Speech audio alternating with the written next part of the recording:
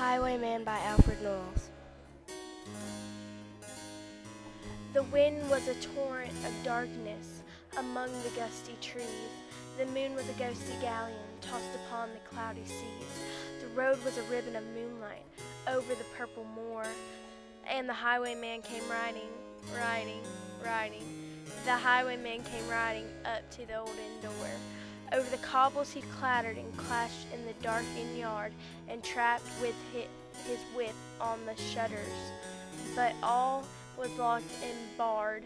He whistled a tune to the window, and who would be waiting there but the landlord's black-eyed daughter, Bess the landlord's daughter, plaiting a dark red love knot into her long black hair. One kiss, my bummy sweetheart, I'm after a prize tonight, but I shall be back with a yellow go before the morning light.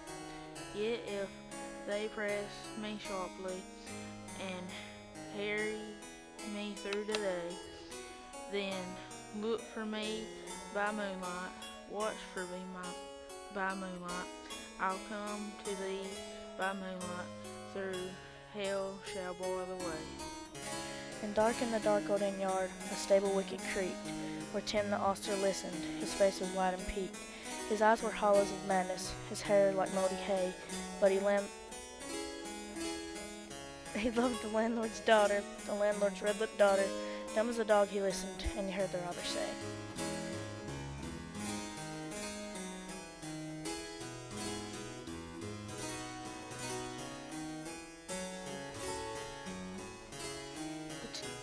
She twisted her hands behind her, but all the knots held good. She writhed her hands till her fingers were wet with sweaty blood. They stretched and strained in the darkness, and the hours crawled by like years, till now on the stroke of midnight, cold on the stroke of midnight, the tip of one finger touched it. The trigger at last was hers. He did not come in the dawning, he did not come at noon, and out o' the tawny sunset before the rise of the moon. When the road was a gypsy's ribbing, looping the purple moor, a red-coat troop came marching. King George's men came marching up to the old inn door. They said no word to the landlord, they drank all his ale instead.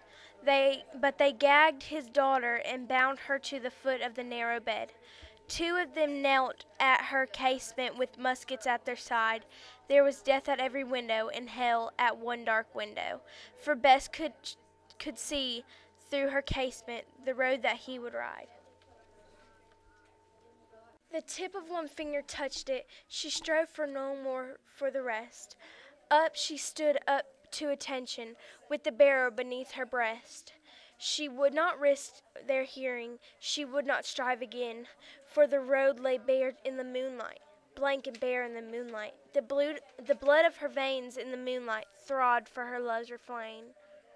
Tlot, tlot, in the frosty silence, tlot, tlot, in the echoing night. Nearer he came and nearer.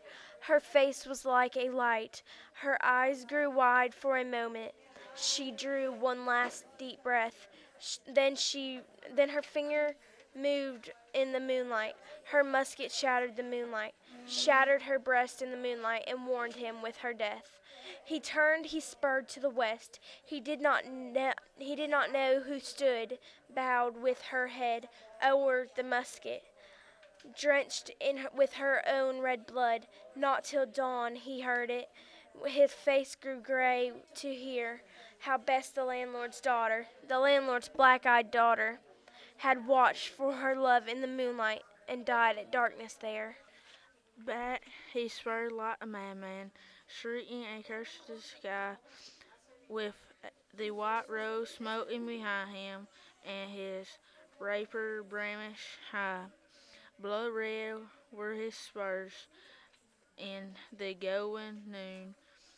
Wine red was his velvet coat when they shot him down on the highway, down like a dog on the highway, and he lay in his blood on the highway with the bunch of lace at his throat.